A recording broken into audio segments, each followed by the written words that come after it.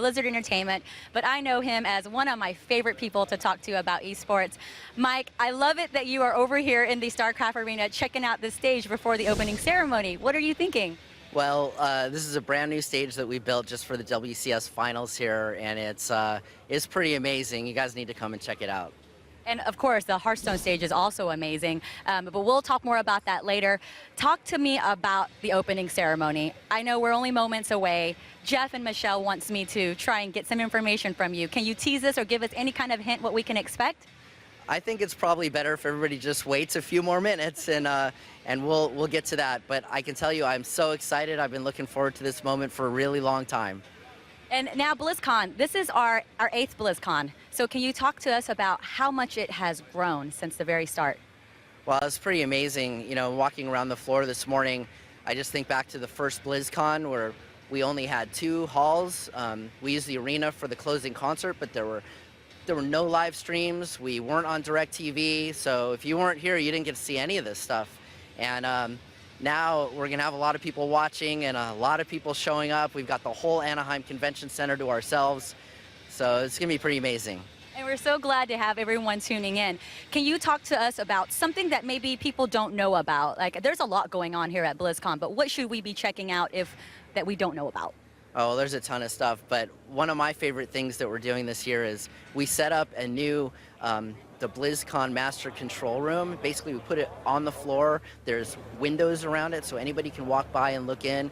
And effectively, every single audio-video feed from the whole convention center runs through that room. So everything leaving the convention center to go to all the live streams, it's all going through that Master Control Room, and you kind of get an idea for how much stuff is going on here.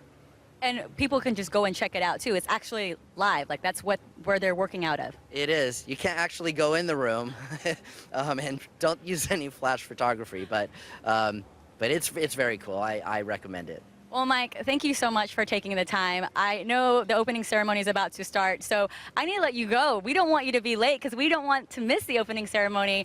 Good luck walking all the way back. Thank you so much for taking the time, and good luck. Thanks, Kim. Back to you guys.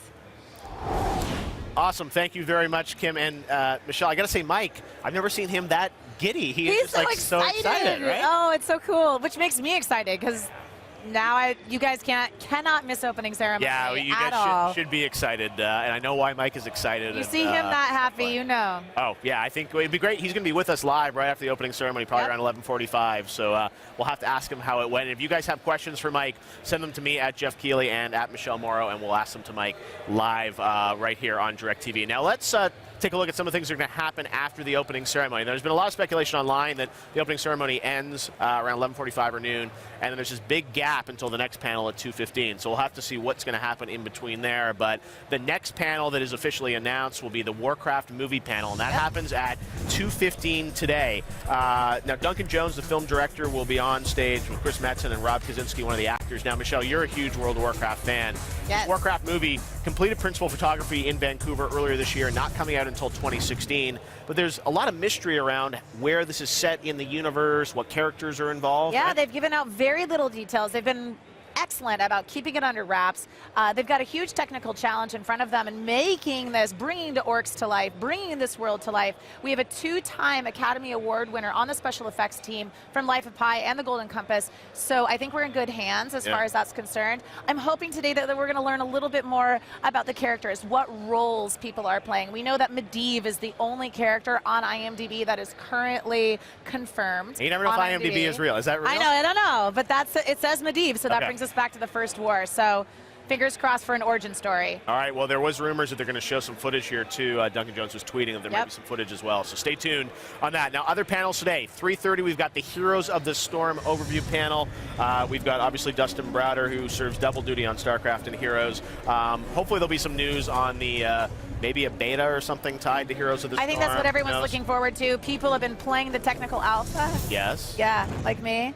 It's awesome. It's such a great game. So I'm really hoping that they're going to talk about the beta, and hopefully we'll see some more Heroes released, because obviously the expanded Blizzard universe. We've got so many different characters that we can look at. So I'm hoping they release a few new ones. Rock and roll racing cars. All right, moving on to the next one. We've got 445, the World of Warcraft items, class changes, and more panel at 445.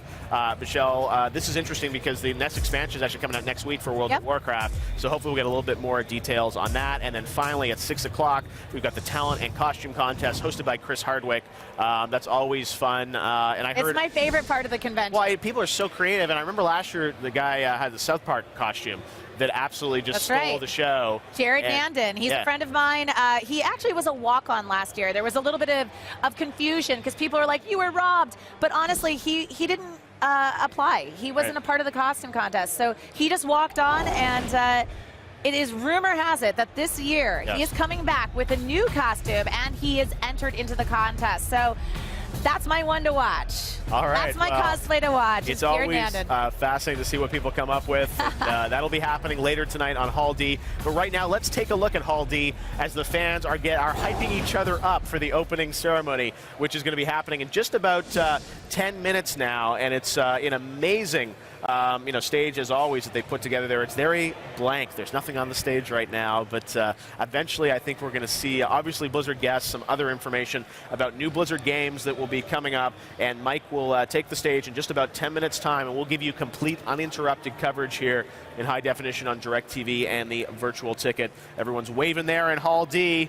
They look like they're ready and fully hyped for what BlizzCon has for them. All right, we're going to head back to Hall D in a little bit. And again, I think there's a lot of anticipation about what Blizzard is going to announce this year, and we don't have to wait long. They've been holding their secrets. Only 10 more minutes to go, guys.